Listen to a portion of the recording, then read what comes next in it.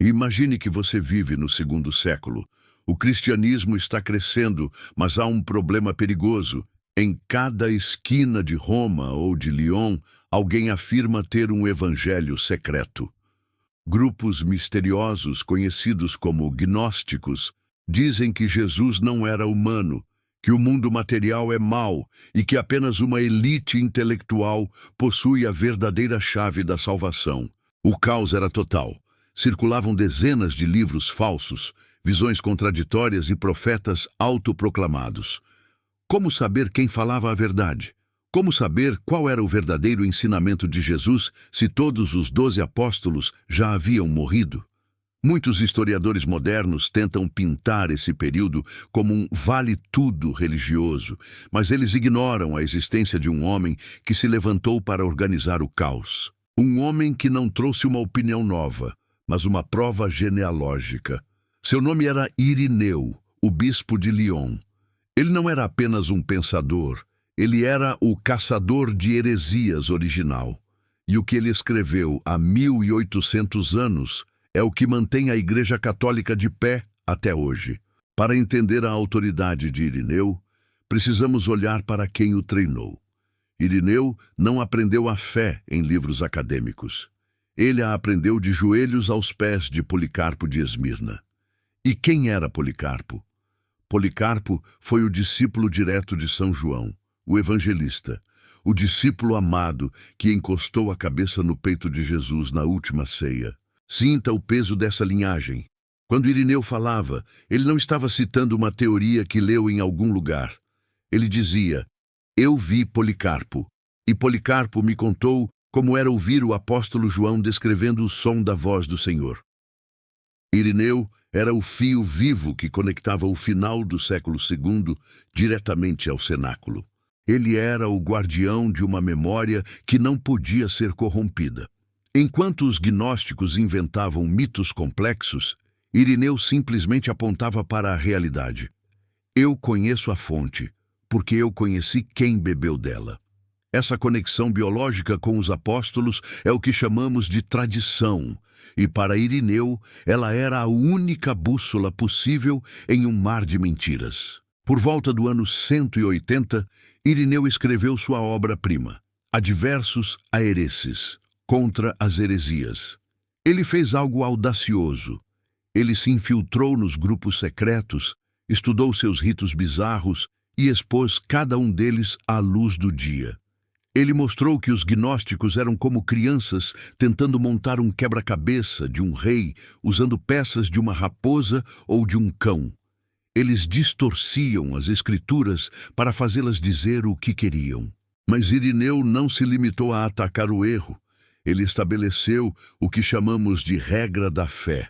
Ele foi um dos primeiros a definir claramente quais livros eram inspirados. Enquanto o mundo fervilhava com evangelhos falsos de Judas ou de Tomé, Irineu bateu o martelo. São 4 evangelhos, nem mais nem menos. Por que 4? Ele usava uma analogia poética. Assim como há 4 pontos cardeais e 4 ventos principais, a Igreja, espalhada pelo mundo, sustenta-se sobre 4 colunas evangélicas: Mateus, Marcos, Lucas e João. Ele estava diante de nossos olhos, organizando a Bíblia que você carrega hoje na mão, muito antes de qualquer imperador ou concílio político. Aqui chegamos ao ponto mais crucial para a nossa defesa da Igreja.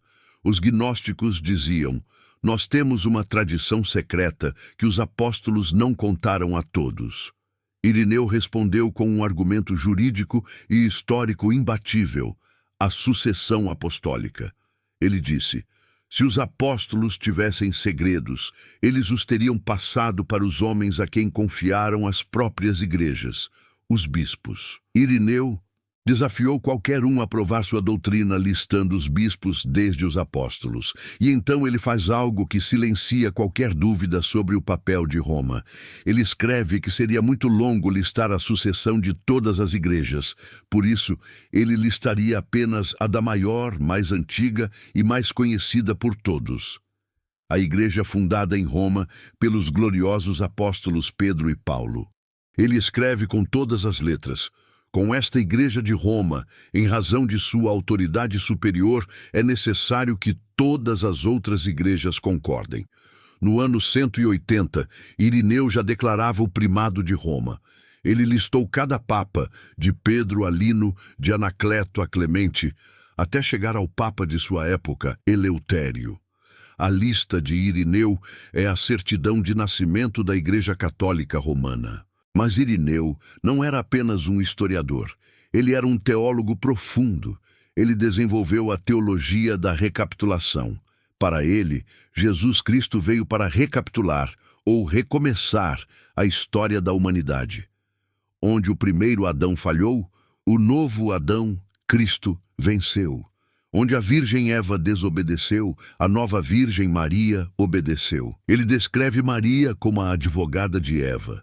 Irineu explica que o nó da desobediência de Eva foi desatado pela obediência de Maria.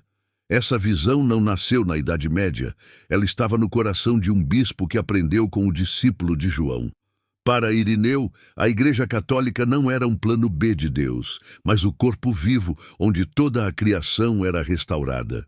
Ele via a Igreja como o paraíso plantado neste mundo, onde o Espírito Santo sopra vida. Onde está a Igreja, aí está o Espírito de Deus, dizia ele. Fora dessa estrutura visível e sucessória, o que restava era apenas confusão humana. Santo Irineu terminou seus dias como mártir durante a perseguição do imperador Sétimo Severo, por volta do ano 202.